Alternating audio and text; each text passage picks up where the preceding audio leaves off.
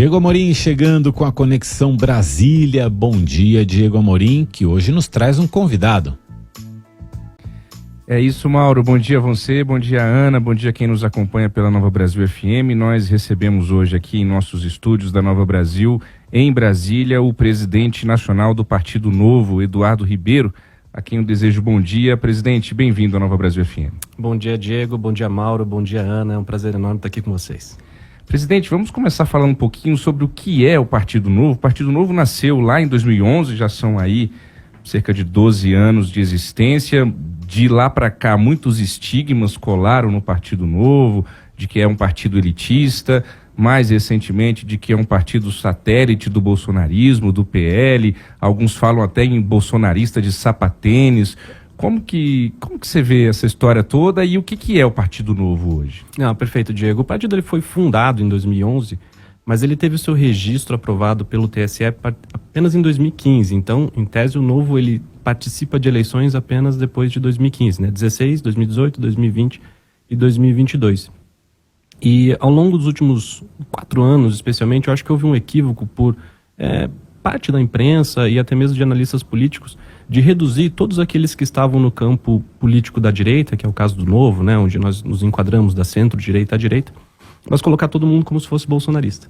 Isso é um erro crasso, né? Porque a redução desses ismos, né, bolsonarismo, lulismo, um conjunto de pessoas ao culto de uma liderança populista não é o contrário do que o Novo defende, né? O Novo é um partido que surgiu com a defesa de ideias mesmo, né? Nós somos um partido político ele se originou fora da árvore genealógica dos outros partidos, por assim dizer.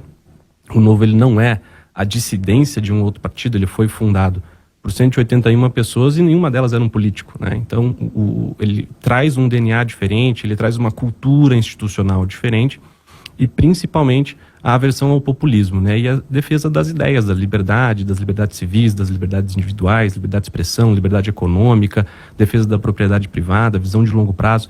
Então, conceitos do liberalismo clássico e que a gente julgava que estava ausente dentro dos partidos políticos que estavam à disposição do Brasil. E, lógico, também uma cultura institucional de compliance, de integridade, né, de respeito ao dinheiro público, que também, dada todo o cenário de corrupção, que, enfim, virou algo comum nas notícias do Brasil, também julgávamos que era importante ter um partido político com regras muito rígidas para quem fosse fazer parte, até para que tivesse um ambiente confortável para quem fosse de fora da política participar. Então, o Novo é isso. O Novo é um partido de gente de fora da política, que começou com pessoas de fora da política, que hoje está amadurecendo bastante, percebendo que existem pessoas muito boas em outros partidos, que inclusive querem migrar para o Novo, para a gente poder ter mais espaço, ocupar mais espaço e fazer a diferença na vida das pessoas. Mauro? Eduardo Ribeiro, presidente do Partido Novo, aqui conosco no Nova Manhã. Bom dia. Eduardo, eu queria saber de você, o Partido Novo, ele, na primeira eleição presidencial que ele disputou, ele lançou o João Amoedo, que é um dos fundadores do partido, foi o primeiro presidente do partido, e ele obteve 2.600.000 votos, terminou ali o primeiro turno em 5º lugar, até à frente de alguns nomes tradicionais, como da Marina Silva, do Álvaro Dias, isso lá em 2018. Mas nas eleições de 2022, o partido encolheu. Por exemplo, o candidato à presidência, o Felipe Dávila, recebeu apenas 560.000 votos. A que você atribui esse encolhimento do Novo? Eu acho que são 2 eleições com contextos bem diferentes, Mauro. Primeiramente, bom dia. Eu entendo que em 2018 ainda havia um espaço aberto para o surgimento de novas lideranças no campo da centro-direita e da direita, e principalmente um senso de renovação que o Novo representava bastante. É lógico que nós ocupamos bastante esse espaço. E nas eleições de 2022 foi um pouco diferente. Ela já começa polarizada. E houve muita dificuldade, não só por parte do Novo, porque se você vê outros partidos tradicionais, praticamente todos também diminuíram de tamanho na Câmara, né? Quem cresceu foi o PL e o PT, porque se beneficiaram dessa polarização logo no primeiro turno. Foi muito difícil conseguir colocar um discurso, encontrar espaço numa eleição que já começa muito acirrada entre Lula e Bolsonaro. Mas nós julgamos que fizemos o correto, porque, enfim, nós não concordávamos com nenhum dos posicionamentos que estavam ali em voga, 100%, evidentemente. Colocamos um candidato que julgamos que nos representou muito bem, né, e fizemos a nossa parte, oferecemos uma opção para a população. É lógico que toda eleição tem a sua história, mas mesmo depois do que a gente pode considerar uma derrota, vamos dizer assim, né, por parte da gente perder uma parte considerável da nossa bancada, o Novo, especialmente nos últimos 4 meses, tem batido recordes de filiação.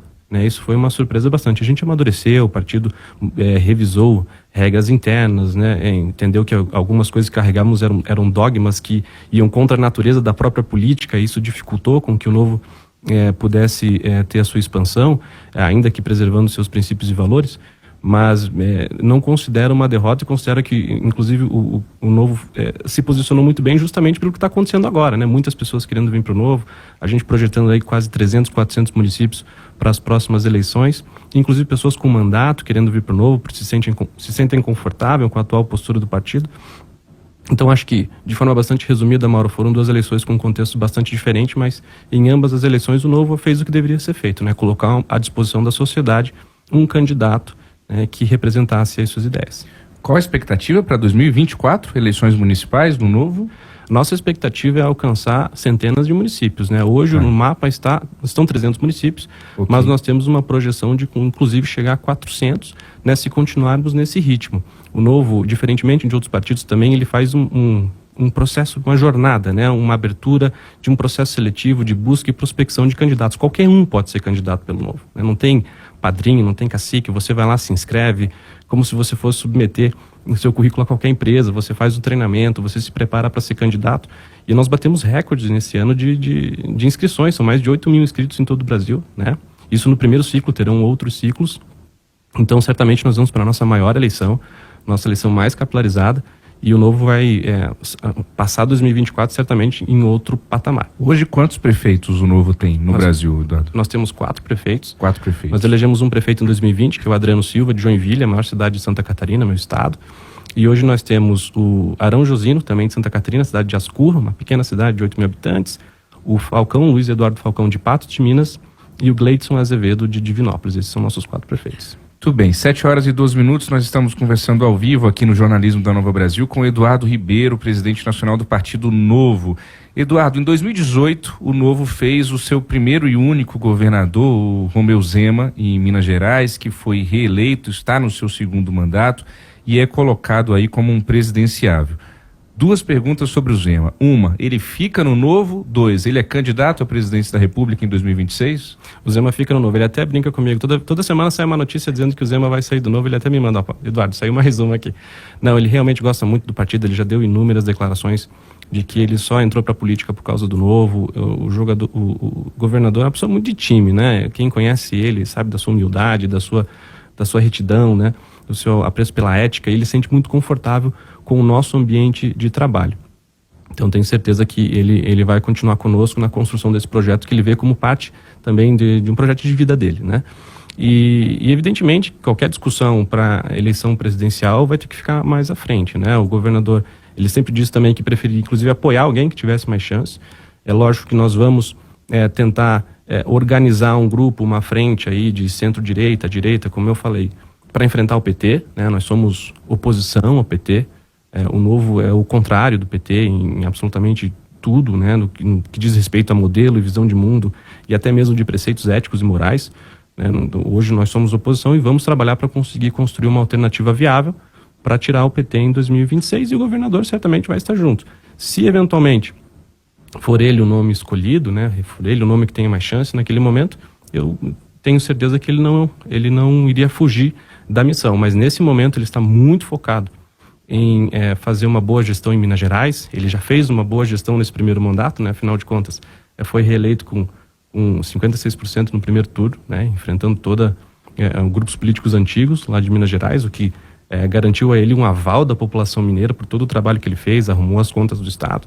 E agora, no segundo momento, com as contas ajustadas, conseguir fazer bons investimentos em infraestrutura e avançar nas privatizações, né? Então ele está muito focado nisso, mas as discussões para 2026 estão abertas e a gente vai tentar construir essa alternativa ao PT.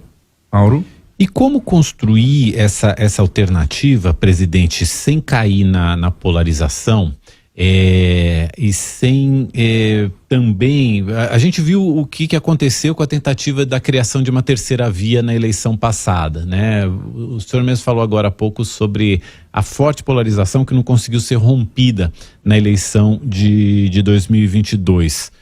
Como construir, então, essa alternativa? Mauro, eu entendo que, aliás, eu espero, né, que 2022 tenha sido o fim de um ciclo de presidenciáveis e que 2026 abra espaço para novas lideranças surgirem. Eu acho que a polarização ela é menos da sociedade e mais do perfil das lideranças que vão representar os seus campos políticos, né? Entendo que há boas lideranças no campo da centro-direita. Nós temos o próprio governador Romeu Zema, Tarcísio, Ratinho Júnior, Eduardo Leite, a Tereza Cristina, são nomes que aparecem aí como potenciais lideranças para ser um guarda-chuva desse grupo, que eu vejo com um perfil um pouco diferente do próprio Bolsonaro, bastante diferente, inclusive, do Bolsonaro, e que podem transmitir uma ideia um pouco diferente de estilo de campanha, modelo de campanha e de representatividade.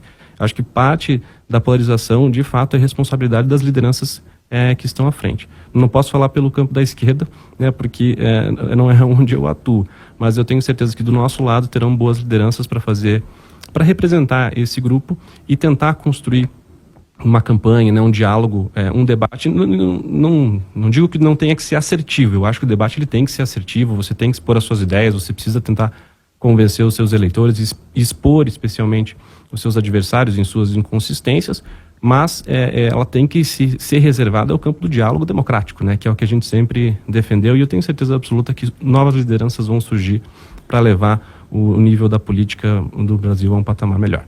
Presidente, se a gente olha hoje para o Congresso e para os partidos com representatividade, talvez, você me corrija se eu estiver errado, somente PL e Novo não estão no governo, oficialmente, digamos assim, né? O PP e os republicanos estão prestes a entrar nessa reforma ministerial iminente, quando o presidente Lula retornar da África.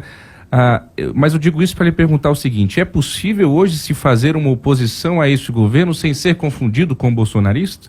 O que diferencia o Novo do bolsonarismo? Não, acredito que sim, e nós temos feito isso com bastante solidez, inclusive, porque, de novo, o Novo, ele não é um partido que cultua o personalismo, o Novo cultua as ideias, né? O que eu entendo por bolsonarismo é alguém do campo da direita que coloca a defesa do Bolsonaro acima de qualquer coisa. O Novo se defende ideias. Inclusive, fomos bastante críticos ao longo dos últimos 4 anos ao governo Bolsonaro, especialmente para indicar os erros que estavam sendo cometidos em termos de discurso, de direcionamento, que poderiam, inclusive, causar o retorno do PT. E não estávamos errados, né? O PT voltou, né? Muito por causa de um erro de gestão e de discurso do Bolsonaro, enfim, que já todo mundo acompanhou.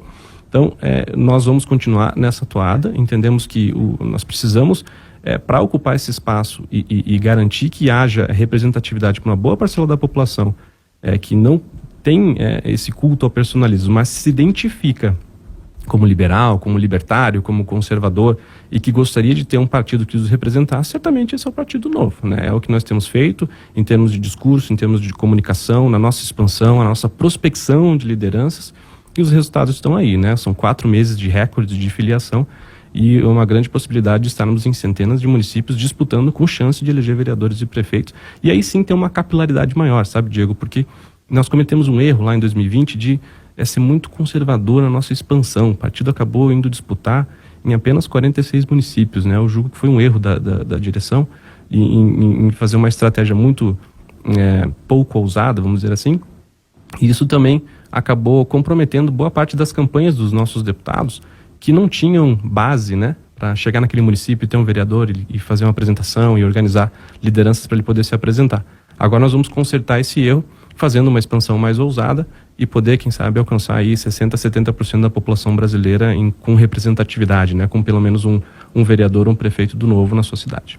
Presidente, só voltando um pouquinho no Romeu Zema, como que o partido avaliou esse episódio em que ele defendeu a criação de um consórcio Sul-Sudeste e todas as reações seguintes àquela entrevista que ele concedeu ao jornal Estado de São Paulo?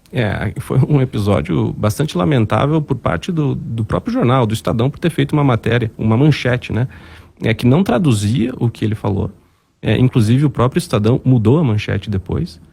E só que, enfim, o print rodou o Brasil, né, e serviu de munição, inclusive para membros do alto escalão do governo usarem para atacar de forma bastante irresponsável o governador Zema por algo que ele não falou.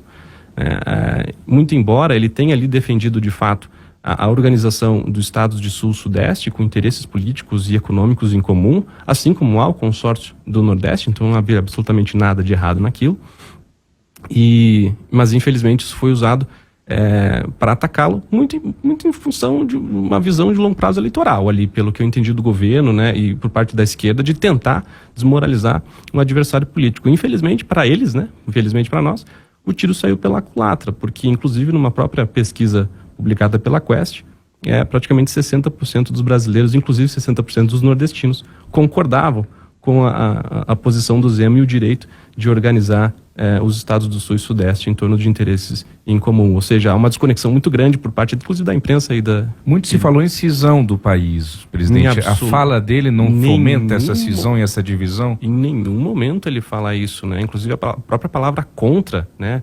Sul e Sudeste contra o Nordeste, que era a primeira versão da manchete, aquilo eu fui ver a matéria, evidentemente que eu vi a manchete, e eu li a matéria inteira, uma matéria extensa, e em nenhum momento ele fala aquilo.